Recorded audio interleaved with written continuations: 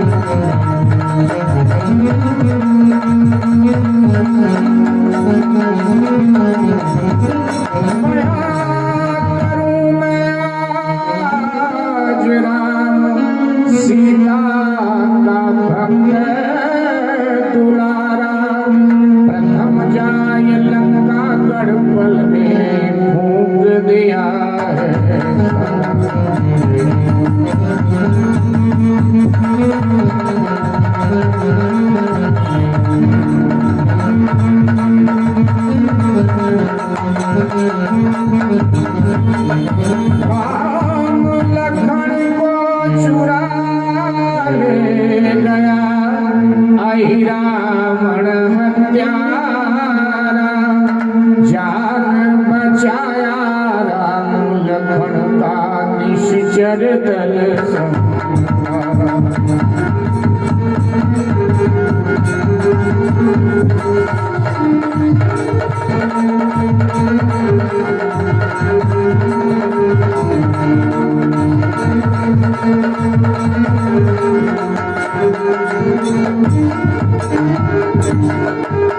देवर्षि नारद जी ने कहा कि हनुमान जी में अनंत गुण है। जब शनिदेव ने कहा एक छोटे से देव की इतनी प्रशंसा कर रहे हो, मुझे तो उसमें कोई गुण दर्शन नहीं होता। नारद जी ने कहा कि ईर्ष्या जब मन में आ जाए सामने वाले के प्रति तो उसमें सचमुच में कोई गुण दर्शन नहीं होता। आप ईर्ष्या रखते हो इसलिए आपको उनमें गुण दर्शन नहीं होता। अनंत गुण है श्री हनुमान जी में, एक दो गुण बता देते हैं। वही भगवान श्री राम के भक्त हैं, वही भगवान श्री राम को बहुत प्रेम करते हैं और भगवान श्री राम उनको भी बहुत प्रेम करते हैं। 100 योजन सागर को पार करके पल भर में जो देवताओं के लिए भी अभेद्य था ऐसे लंका दुर्ग को जला दिया, अहिरावण का वध किया, अनगिनत राक्षसों का वध किया। अर्थात हनुमान जी सर्वगुण संपन्न है। शनिदेव ने कहा ऐसे में नहीं मानूंगा, मुझे लगता है कि श्री राम की कृपा से ही ये सब संभव हुआ है और मैं जाकर के श्री हनुमान में और श्री राम में वैर करा देता हूं, युद्ध करा देता हूं, हनुमान की महिमा मिट्टी में मिला देता हूं। ऐसा कह करके शनिदेव महाराज चल पड़े आकाश मार्ग से श्री अवध की ओर, और उधर से श्री हनुमान जी महाराज भी आकाश मार्ग से अवध की ओर ही आ रहे थे, कहीं भ्रमण पर गए थे। हनुमान जी जब आकाश मार्ग से आ रहे थे तो वृक्ष आदि से भी हिल रहे थे। हनुमान जी का झोंका लगते ही शनिदेव महाराज पृथ्वी पर गिर पड़े। देख करके देवता सब हंस और शनिदेव महाराज श्री अवध पहुंच गए। विचार करने लगे क्या करूं, कैसे करूं। देखा विश्वामित्र जी महाराज स्नान कर रहे हैं सरजू जी, साथ में उनके शिष्य गण भी स्नान कर रहे हैं सरजू जी। इधर विदर्भ देश का राजा चंद्रकेतु वो भी आया था, चूंकि रामनवमी का पर्व है तो वो भी आया था श्री अयोध्या सरजू स्नान करने। वो स्नान करके अपनी पत्नी सहित विमान में आरूढ़ हुआ और विमान ने उड़ान भरी। जब विमान ने उड़ान भरी तो उसने अपने पत्नी से कहा, चंद्रकेतु गंधर्व ने, कि जरा पान दे। पान दान में पान का वीणा था, पत्नी ने निकाल करके चंद्रकेतु को दिया। चंद्रकेतु ने वो पान का वीणा मुंह में डाला, चबाने लगा। अच्छा, आपने देखा होगा पान तंबाकू खाने वालों को थूकने की बड़ी आदत होती है और कईयों को तो इतनी आदत होती है थूकने की, वो देखते ही नहीं कहाँ थूकना चाहिए कहाँ नहीं थूकना चाहिए।